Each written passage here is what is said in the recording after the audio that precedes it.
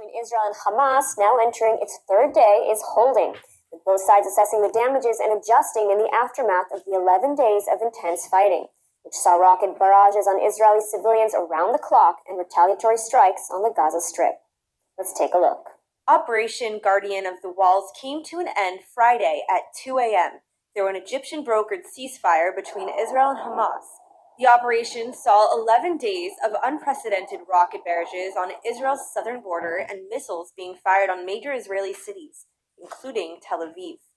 The IDF announced over the course of the fighting, over 4,360 rockets were fired at Israel, with 680 misfiring back into Gaza. The Iron Dome intercepting about 90% of the rockets fired, but still, 13 people were killed in Israel as a result of the attacks, including a 6-year-old boy and 3 foreign workers.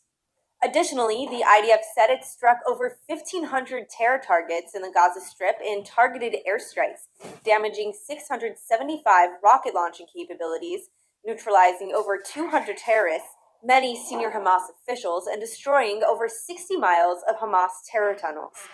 The Gaza Health Ministry reporting that 248 people were killed in Gaza during the conflict. Despite the losses, both sides are claiming victory. Meanwhile, on Sunday, the Temple Mount opened to Jews for the first time in weeks, following tensions and unrest which led to clashes between Arabs and Israeli police.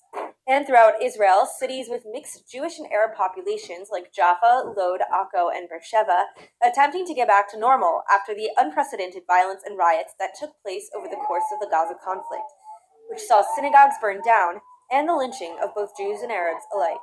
Additionally, Israeli Police Chief Kobi Shabtai telling top officers that the Jewish-Arab violence could still erupt in the coming days.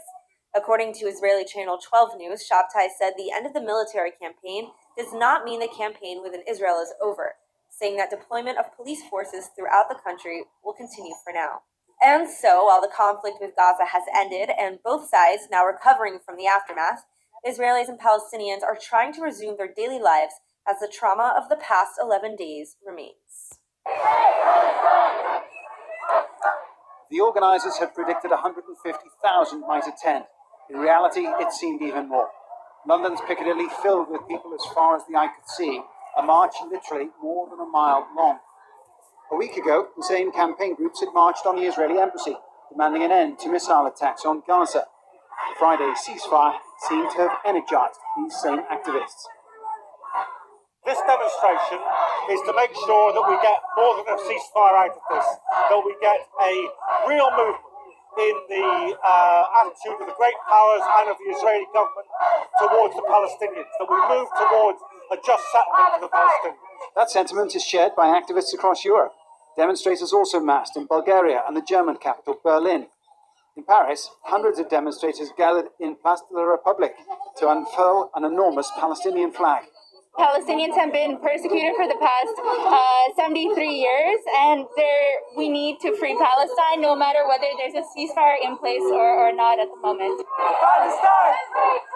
Comparison has been made with the Black Lives Matter movement, and in the UK there is evidence that the perceived injustices of Israel's treatment of Palestinians is provoking a particularly strong response among students and young adults. There is almost a sense of a new generation of pro-Palestinian campaigners emerging.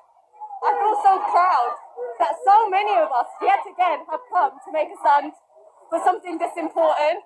A lot of people think that this doesn't do anything. A lot of people think that we're just marching and screaming, but there has been change. And we're just not going to stop until that change has actually come into place and we have a free Palestine. What Israel is doing is wrong. There's no one here calling for violence, nobody calling for hate. We just want peace.